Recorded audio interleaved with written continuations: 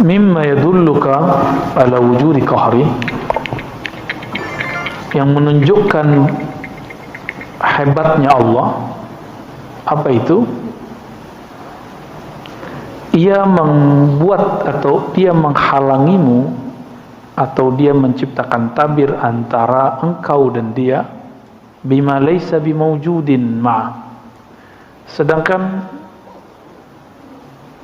hijab itu sendiri tidak ada pada dia. Hijab itu ada pada kamu, gitu maksudnya. Allah itu tidak pernah terhalang. Yang terhalang siapa? Hamba. Allah itu tidak pernah jauh. Yang merasa jauh hamba. Allah tidak pernah jauh. Yang merasa jauh hamba. Ini ingat ya. Dekatnya Allah Subhanahu wa taala kepada kita lebih dekat dari yang kita bayangkan. Maka disebutkan lebih dekat dari urat nadi. Itu ungkapan yang menunjukkan bahwa dia aqrab ilaina mimma alimna. Dia lebih dekat kepada kita daripada yang kita tahu. Maka saya sering mencontohkan, mulai dari uban, mulai dari kita punya jerawat, punya kulit, itu alisnya udah beruban, Pak. Nggak ngerasa kan? Nggak buat juga kan? Siapa yang buat? Dekat sekali. Nggak ada bagian di tubuh ini kecuali semua diatur oleh Allah Subhanahu wa ta'ala. Maka apapun kejadian kita sebenarnya memang sudah diatur ya. Kita tunggu saja time yang baik darinya.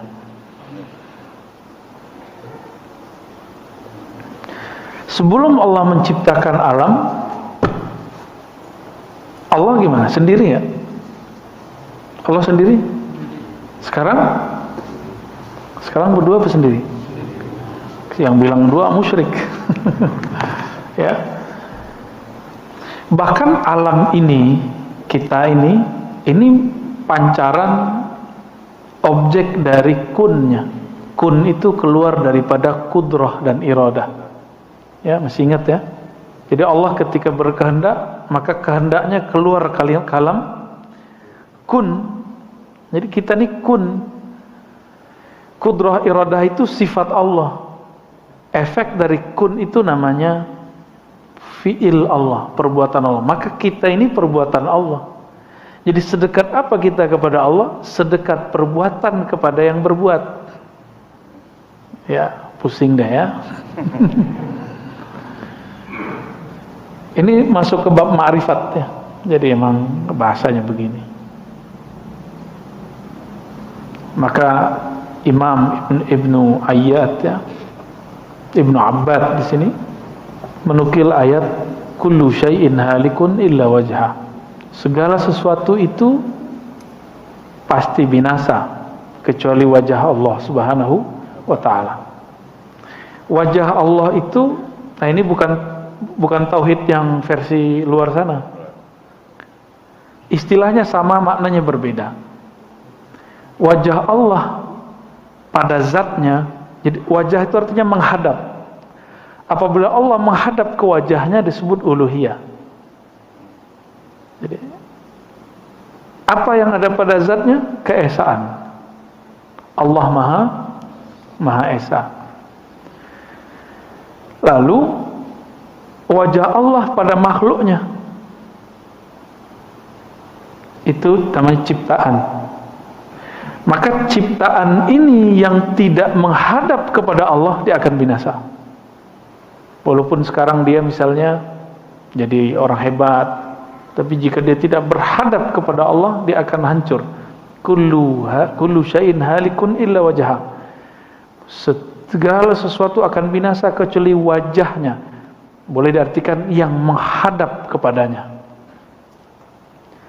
Kita sholat, tapi kalbu kita nggak connect kepada Allah, itu sholat habis nanti. Gitu maksudnya ya. Ketika kita sedekah lalu tidak menganggap sedekah ini hartamu ya Allah, rezeki darimu, maka aku kembalikan kepada hambamu, itu langsung dia kekal. Sederhana ya? Sederhana penjabarannya. Apalagi zikir. Bapak zikir pengen sakti atau ingin mendekat kepada yang maha sakti? Kalau ingin mendekat langsung dia kekal. Berarti zikirnya dihadapkan kepada wajahnya, wajah rububiyahnya. Jadi rububiyah itu adalah menghadapnya makhluk kepada sang khalik. Itu disebut wajah rububiyah, ya. Maka makhluk yang menghadapkan hatinya kepada Allah, menghadapkan ruhnya kepada Allah, Allah akan kekalkan dia dengan nikmat surga, khalidina fiha, ya. Di dalam Sahih Bukhari itu, Sahih Muslim juga ada sebuah riwayat Nabi pernah bersyair dengan syair-syairnya orang-orang dahulu. Jadi Nabi ini suka bersyair. Jadi kalau orang sekarang berdendang lah. Kata beliau, asdaqu baitin qalatis syu'ara. Bait-bait syair yang bagus, yang terbaik, yang dikalamkan syu'ara, itu kalam Labid. Apa kata Labid? Ala kullu syai' ma khalallahu batil.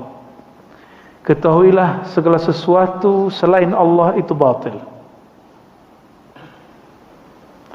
Ketahuilah segala sesuatu selain Allah itu batil.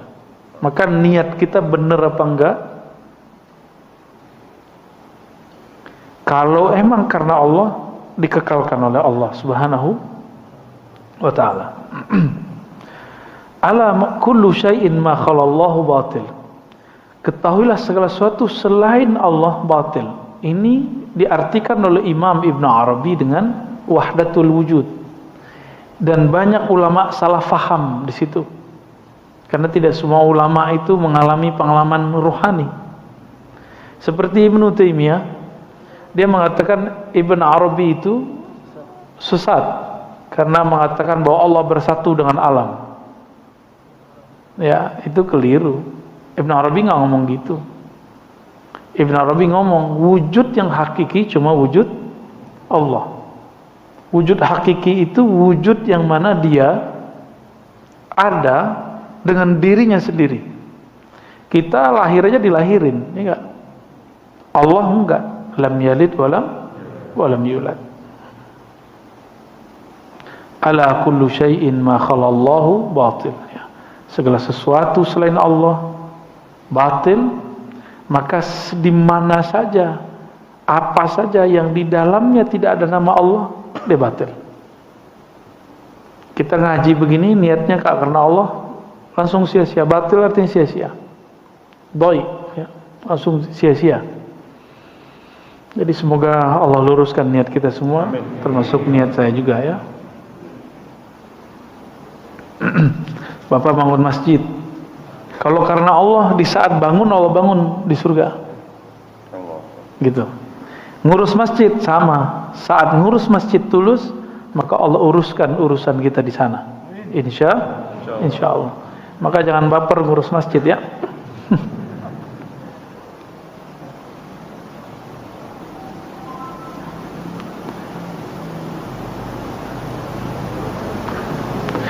Imam Abul Hasan Syazili pernah ngomong begini, inna lananzur ila Allahi bi basaril imani wal iqan. Kita memandang kepada Allah dengan pandangan iman dan yakin. Maka kita nggak perlu dalil. Jadi orang yang minta dalil, bukti, berarti dia kurang percaya kepada Allah. Nastadillu bihi 'alal khalq. Hal fil wujudi syai'un siwal wahidil haqq. Fala narahu in kana walubda fanarahum kal haba' fil hawa in fattashtahum lam tajidhum syai'a.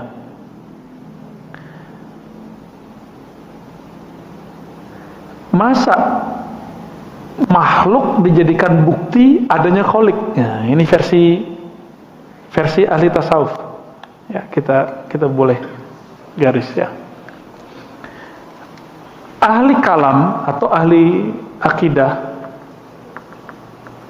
disebut dengan mutakallimin, ya. Mutakallimin. Ahli kalam. Atau orang-orang yang sibuk dengan dalil-dalil, ini sama aja, mau aliran Asy'ariyah, mau aliran Ibnu Taimiyah, sama. Mereka membutuhkan dalil. Dalil itu ada dalil teks, ada dalil alam atau ciptaan. Mana dalil ada Allah? Qul huwallahu ahad. Itu teks. Ayat sekian, nomor sekian. Lalu ada orang berdalil dengan ciptaan. Apa bukti ada Allah?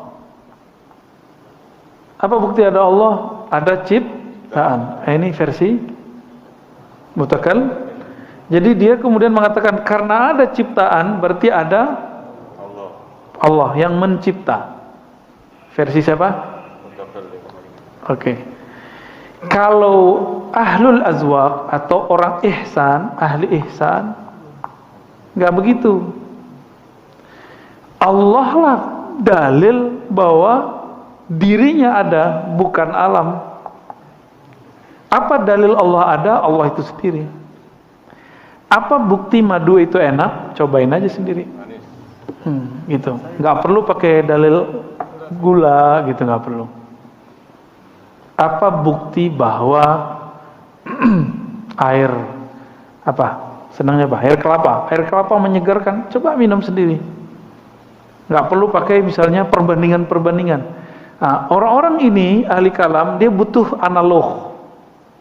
Maka dia menganalogkan di sini, buat teori-teori, disebut kias. Buat kias-kias di sini. Dan Allah memang mengajarkannya, membolehkannya. Ya, boleh kita berdalil dengan qiyas. Allah kan nyuruh. Gitu. Law kana fihima, seandainya di dalam pada langit dan bumi itu ada lebih dari satu Tuhan atau ada dua Tuhan, maka dia akan rusak, misalnya gitu. Nah, ini bentuk-bentuk silogisme yang Allah buat di Quran. Jadi apa bukti Allah ada? Ya Allah itu sendiri. Nggak perlu pakai. Nah, kita mau misalnya bapak-bapak ini mau ngelamar seseorang, nanya, ini orang baik nggak sih? Karena kita nggak dekat sama dia, nggak menyaksikan, kita minta tolong orang bercerita. Berarti kita cari dalil. Kalau udah ketemu orangnya gimana? Nggak perlu nanya orang lagi. Ya, bener nggak?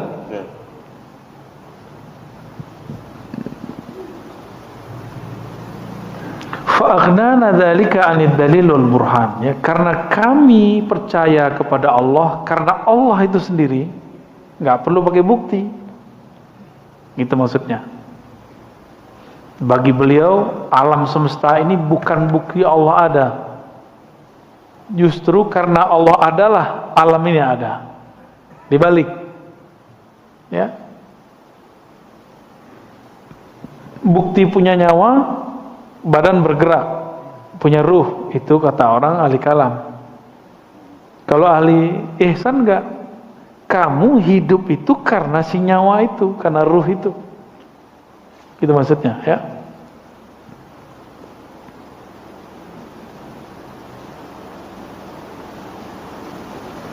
Wa qala aidan radhiyallahu ta'ala anhu قوي عليه الشهود مرة فسألته ويستر ذلك عني فقيل لو سألته ما سأله موسى كليمه وعيساره ومحمد صفيه صلى الله عليه وسلم لم يفعل لكن سأله أن يقويك فسألته فقواني. Ya. Imam Athaillah ini pernah mengalami ihsan. Apa arti ihsan? Merasa memandang Allah. Lalu dia berdoa, ya Allah, aku tidak kuat, maka tutuplah, hijablah aku dari melihat ini. Maka ada yang berkata, seandainya kamu meminta sebagaimana memintanya Musa, Isa, Nabi Muhammad SAW, maka tidak akan terjadi.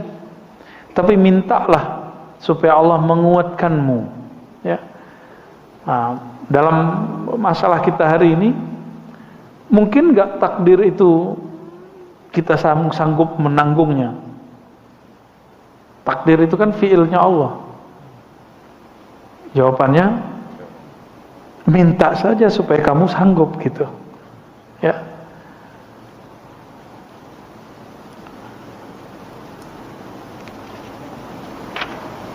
Wah, ini agak panjang habis ini nih ya. Oleh karena itu, teks kita yang menyebutkan tadi, tanda hebatnya Allah, Allah itu membuat penghalang antara kamu dan dia, kamu dan Allah, dengan sesuatu yang sesuatu itu tidak ada padanya, tapi ada pada kamu. Gitu. Allah butuh matahari nggak? Enggak. Tapi yang kita lihat, ini hijab. Hijab itu bukan berarti kayak penghalang begini, ini penghijab mata. Ada penghijab hati. Karena kita melihat matahari mengeluarkan cahaya.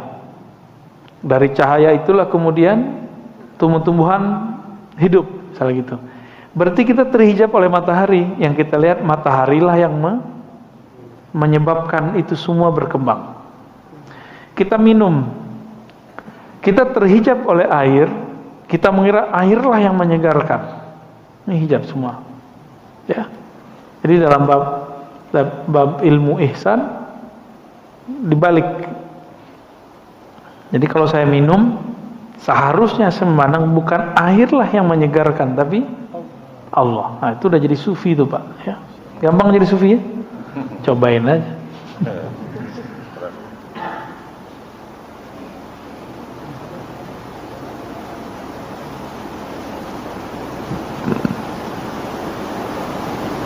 Nah, maka ada ungkapan Ibn Arabi, man syahidal khalqa la fi'la lahum faqad faz. Siapa yang menyaksikan makhluk tapi tidak menyaksikan perbuatan makhluk, tapi yang dia saksikan perbuatan Allah, faqad faz. Orang ini beruntung. Wa man syahidahum, siapa yang menyaksikan mereka, la hayata lahum, mereka tidak punya hidup kecuali hidup dari Allah, faqad jaz, dia sudah lolos. Lolos kemana? Lolos fana dalam sifat Allah. Sedangkan yang pertama fana dalam fi'il Allah. Wa man syahidahum 'ainal 'adami faqad wasal.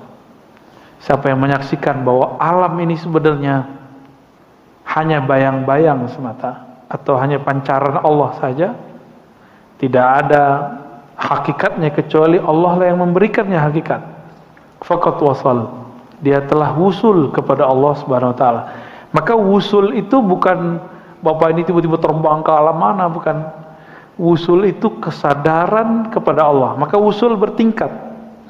Ada wusul kepada nama Allah, ada wusul kepada perbuatan Allah, ada wusul kepada sifat-sifat Allah, ada wusul kepada zat Allah.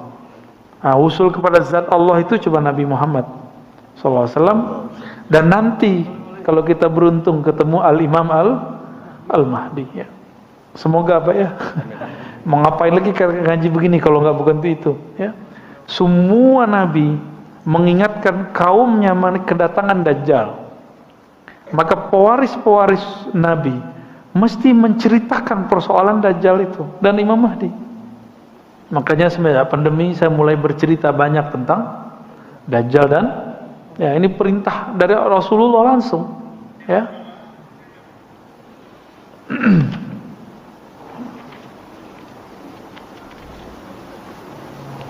Wah, habis ini panjang, Pak. Tapi intinya sama, ya. Ya, intinya sama. Sampai 24. Itu kita skip aja ya. Isinya sama. Jadi jangan bayangkan Allah itu terhijab. Yang terhijab siapa? Kita. Karena cara pandang kita. Bapak kalau masih menganggap air yang menyegarkan masih terhijab. Bukan berarti kita nggak perlu minum air. Justru saat meminum air itulah pakaikan adab. Ya Allah, dengan namamu aku mau minta kesegaran. Gitu. Bukan berarti kita nggak akan minum obat. Justru kita berdoa, ya Allah, ini obat kata dokter. Rasul mau memerintahkan aku untuk berobat, maka aku berobat. tapi aku tahu kesembuhan darimu ya Allah. Kayak gitu. Jadi bermanja-manjalah dengan Allah Subhanahu wa taala. Man taraka minal jahli, ya, kita lanjut. Tidaklah meninggalkan kejahilan. Syai'an, sedikit pun, man arada, siapa yang berkehendak, menginginkan, ayyuhditsa fil waqti ghaira ma azrahu Allah fi, agar terjadi suatu, misalnya khusyuk gitu ya, atau merasakan getaran-getaran kolbu, atau pengen misalnya mi'raj gitu, tapi sebelum saatnya, pengen jadi mursyid sebelum saatnya, itu gawat itu ya. Pengen jadi mursyid nggak Pak? Pengen jadi mursyid nggak? Tahu mursyid nggak? Oh, yakin kuat. Menginginkan sesuatu sebelum saatnya itu namanya ambisi. Ya, menginginkan sesuatu yang nggak pantas kita inginkan itu namanya nafsu. Ya. Nah ini banyak hari ini. Ya. Saya dari kecil saya belajar zikir, belajar tarekat, itu banyak yang nafsu pengen jadi mursyid. Padahal tahu dia jadi mursyid itu berat. Ketahuan itu cuma di kolbu, tapi pikirannya enggak, nafsunya enggak. Orang-orang yang menginginkan sesuatu sebelum saatnya, itu berarti dia tidak meninggalkan kejahilan. Misalnya gini, orang yang ingin memetik pisang sebelum matang, rasanya enak enggak? Kira-kira begitu. Orang yang ingin menjual pisangnya sebelum matang sama dengan orang yang belum pantas menjadi guru terus jadi guru. Guru di atasnya mursyid, belum saatnya dia jadi mursyid, dia mengklaim dirinya jadi mursyid misalnya. Maka nanti buah yang dia berikan kepada murid-muridnya itu rasanya sepet pasti. Ya. Ini yang ngomong bukan saya teringat kalam Sidi Abdullah Qumari yang kemudian dijelaskan ulang oleh Syekh Zakaria Al-Halabi, ya. Kawan dari guru saya, Kiai Ahmad Marwazi. Dan perlu diketahui, jadi mursyid gak jadi mursyid bukan masalah umur, tapi masalah pengalaman rohani. Ya. Mau lama tapi pengalamannya dikit dan tidak ada kedewasaan rohani. Ini kan ciri-ciri orang bukan nggak dewasa.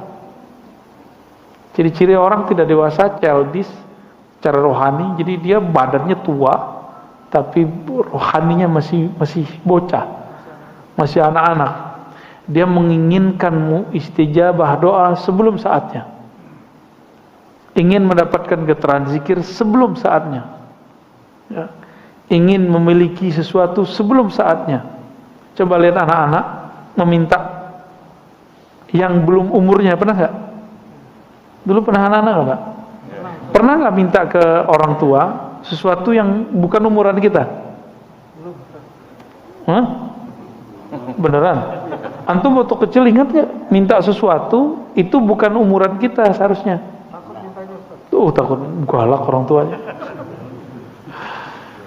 Kalau saya sering dulu minta sesuatu yang sebenarnya itu belum umur saya minta. Nah, tapi dikasih tahu ini belum, ini tuh orang gede, kita paham. Anak kecil ini kan ada tipe yang bisa dibilangin, ada yang nggak bisa dibilangin.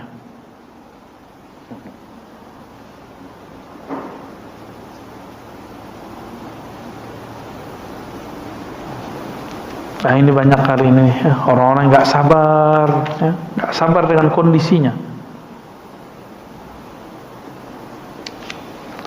Yang pengen menikah sebelum saatnya, pengen punya anak sebelum dikasih, akhirnya jadi ya yang belum dapat anak ya sudahlah, berarti memang antum belum jatah dapat anak, udah selesai itu, ya. Sederhana sekali. Hikmah yang ke-18. Berapa di situ? 25. Di kitab saya 18 ya. Yang panjang tadi digabung. ihalatukal a'mala ala wujudil faragh min ru'unatin nafs. Ya, 26 di situ ya. Ciri-ciri orang, kalau bahasa Jawanya apa? Goblok. Kalau bahasa sini apa? Bodoh. Jahil. Ya, PA. Wah, itu bahasa ente tuh. Cum. Ihalatukal a'mal ala wujudil faragh min ru'unatin nafs. Engkau menunda-nunda satu amal padahal ada waktu yang luang. Itu ciri-ciri ru'unat an-nafs, kekacauan, kebodohan, kalau bahasa kasar itu kegoblokan. Ya, an-nafs, jiwa. Tanda, kalau bahasa saya, ini tanda jiwamu labil gitu. Waktu kosong malah dia biarkan. Nanti ketika sibuk berandai-andai. Coba kalau luang, dikasihlah luang WFH. Bener? Tapi sama aja.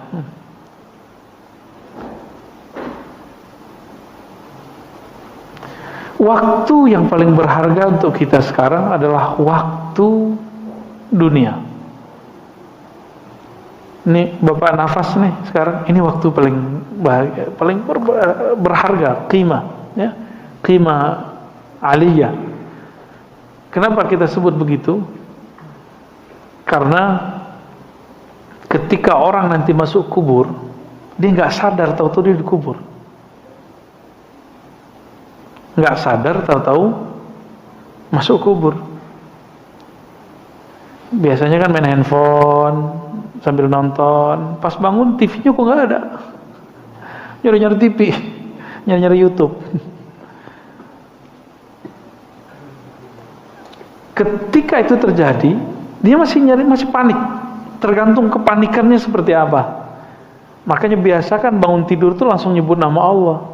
Gimana caranya? Sebelum tidur sebut nama Allah. Maka setelah tidur kita akan menyebut nama Allah. Ya. Kalau dosa, semua kita kan dosa. Nggak usah pikirkan itu ya. Kembali saja kepada Allah Subhanahu wa Ta'ala. Di saat masuk ke alam kubur itu, di situ dia sadar, ya Allah, farji'na na'mal sholihan. Barang sebentar saja, tolong kembalikan aku. Berarti waktu yang ada sekarang ini yang disebut berharga faragh. Jadi ketika beliau mengatakan ihalatukal a'mal, kamu menunda amalmu saat kamu masih bisa nafas di sini, masih bisa hidup di dunia, ini pertanda jiwamu kacau, jiwamu tidak dewasa. Jadi nggak ada cerita lagi ya, malam nanti sudah harus witir minimal ya, tahajud lah kalau bisa. Kalau ketinggalan kotor, nggak ada cerita lagi, harus mulai kemudian beramal yang banyak. Dan amal yang paling bagus amal kolbu. Amal kolbu ada dua, ngaji dan membuang sesuatu yang buruk dari kolbu. Dua aja amal kolbu. Ini amal paling mahal, ya, yang membuat kita bisa bahagia di dunia. Kalau kita mentalak dunia, jadi dunia itu baru bahagia kita kalau kita mentalak. Mentalaknya di kolbu, bukan di fisik, Pak. Kita masih makan minum masih bagian dunia, ya.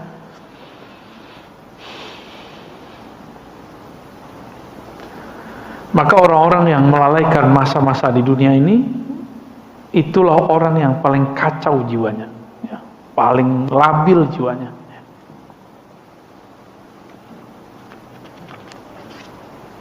Nah, masih dapatlah satu lagi ya.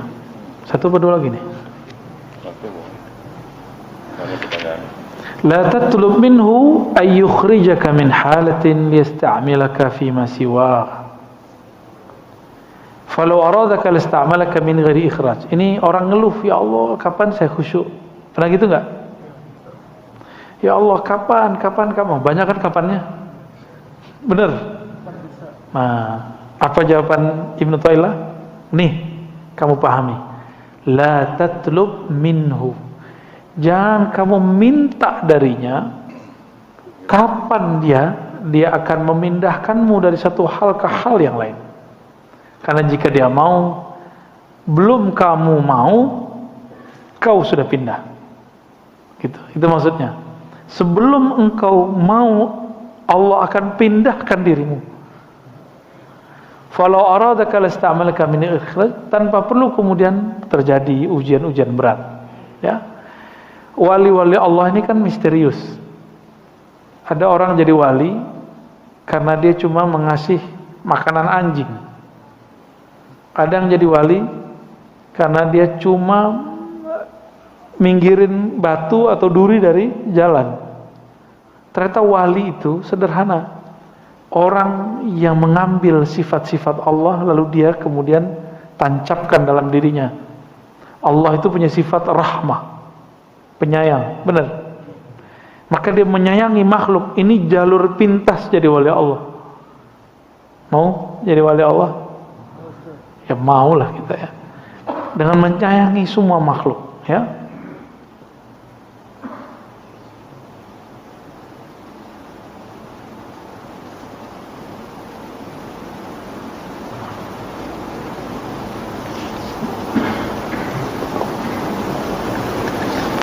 Jadi kalau ada orang pengen zuhud terus dia berhenti kerja, itu bukan zuhud.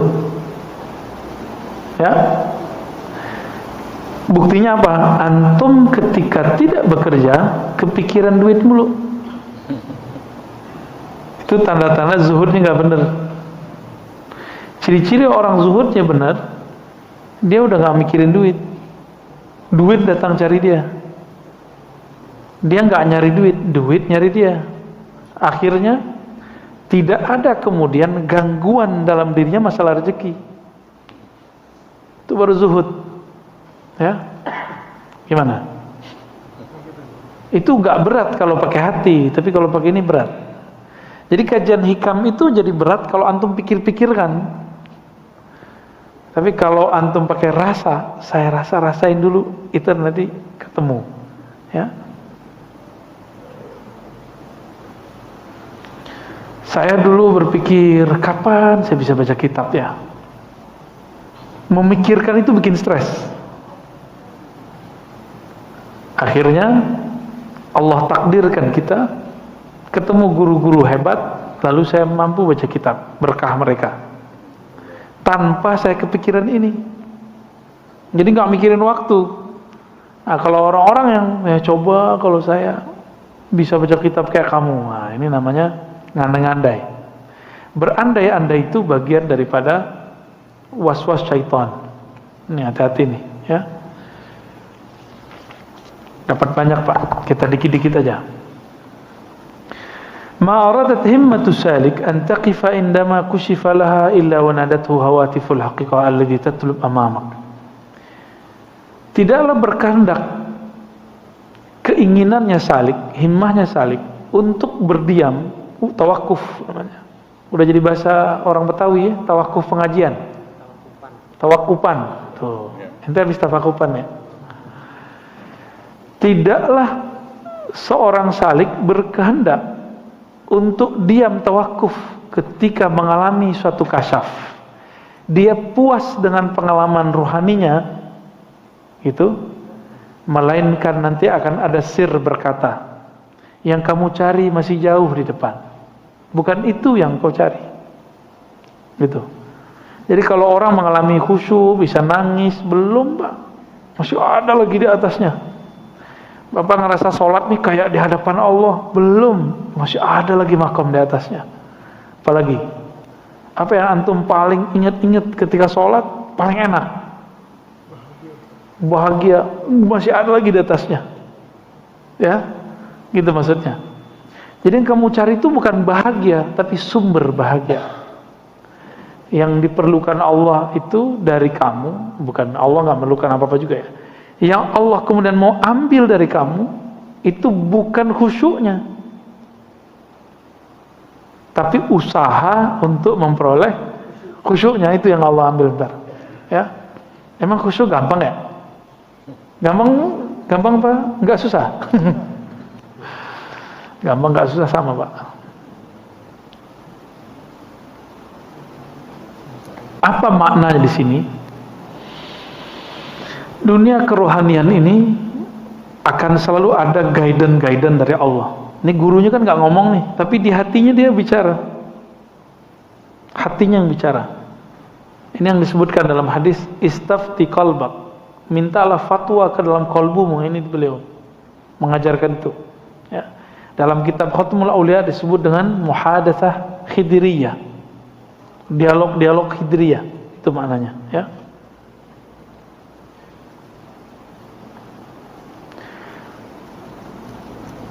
Maka di sini Imam Shustari namanya mengatakan fala taltafit fis sayri ghairan fa kullu ma siwallahi ghairun fattakhidh dzikrahu hisnan.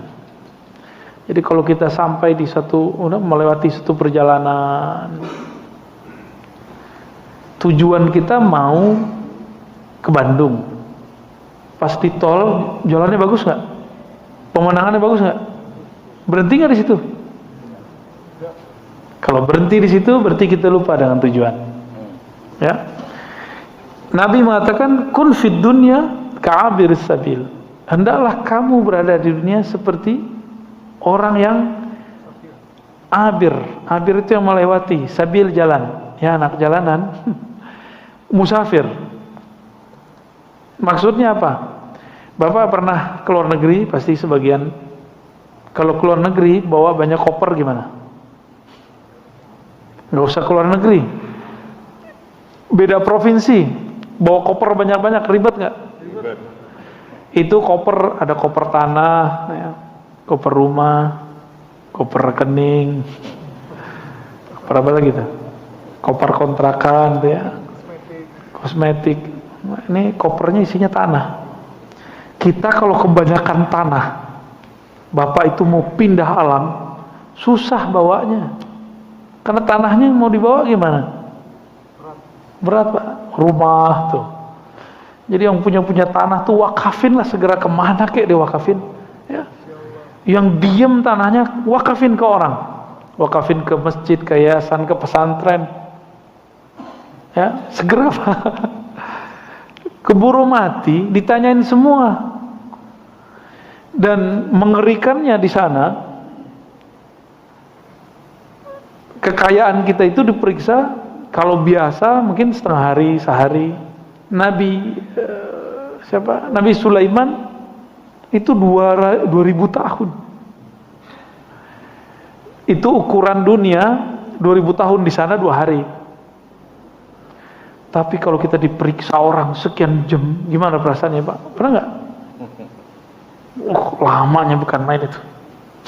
Oleh karena itu, apabila kita mengalami pengalaman spiritual, jangan asik dengan itu. Pengalaman spiritual ini anggap saja hiburan, busyra. Ya. Maka saya nggak sibuk-sibuk amat dengan pengalaman mimpi segala macam, tapi beberapa yang perlu diceritakan kita ceritakan, ya. Wala tabarrajat dhawahirul mukawwanat illa nadathu haqa'iquha innama nahnu fitnatun fala takfur. Ketika seseorang tersilaukan oleh suatu kejadian, suatu pengalaman, ini biasanya orang kalau belajar zikir ada rasa merinding-merindingnya, nangis-nangisnya, apalagi hangat-hangatnya. Rasa-rasa itu semua bukan itu yang kita cari, karena itu masih makhluk. Kalau masih ada rasanya, kalau masih ada hangatnya, zinginnya, semua itu makhluk, ya. Jadi Allah bukan panas, dingin. Allah bukan ketika kita zikir itu nangis, itu bukan Allah, itu kita. Baik. Nanti kan kalau kita bilang, kalau kita zikir, Allah itu bisa nyandain sebenarnya. Apa kata Allah? Ya kamu, aku kan gak pernah kemana-mana, ngapain dia panggil-panggil? Ya, zikir, ya Allah, Allah, Allah, Allah. Allah ngomong, aku bersamamu dimanapun engkau berada. Maka sebenarnya zikir-zikir kita itu tidak pernah membuat kita jadi wali, Pak. Zikir itu haknya badan, haknya kolbu. Yang membuat seseorang jadi wali, jika di dalam dirinya ada rahmat Allah. Mau jadi wali kan? Biar gampang jadi wali. Minimal jadi wali murid ya. Wali murid jadi wali karena dia sayang sama murid, benar nggak? Maka wali Allah karena dia sayang kepada makhluk Allah Subhanahu wa Ta'ala. Nah, setiap kali terjadi pengalaman-pengalaman yang menghalangi kita kepada Allah, maka berkatalah hakikat-hakikat ini, kami ini hanya ujian, janganlah engkau kufur. Innama nahnu fitnatun, kami ini hanya ujian, fala takfur, jangan kufur. Ya, ini hati-hati di situ.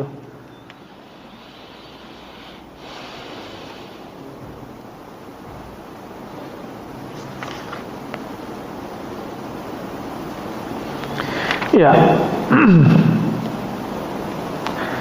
Orang ketika dia belajar ilmu kerohanian, di kolbunya belum dibersihkan, Pak.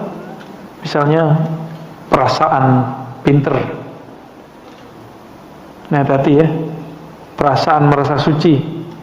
Terus antum belajar zikir, ini belum dibenerin. Nanti zikirnya nambah, merasa sok sucinya nambah. Bahaya nggak tuh? Kita belum sembuh dari penyakit sombong. Tambah ilmu, tambah sombong nggak? Tambah sombong. Ya, ini hati-hati di sini.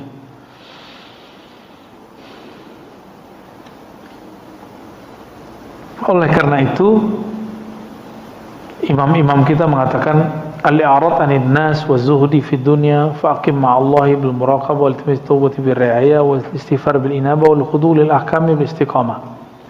Jadi yang harus kita lakukan adalah menghindar atau berpaling dari dunia, nanti dunia yang ngejar.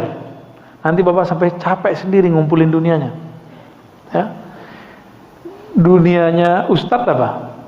Ceramah ya. Nanti diubur-ubur orang terus, Pak, ntar. Ya. Jadwal, ketika kita sudah bosan dengan semua jadwal, tambah banyak yang minta. Ya.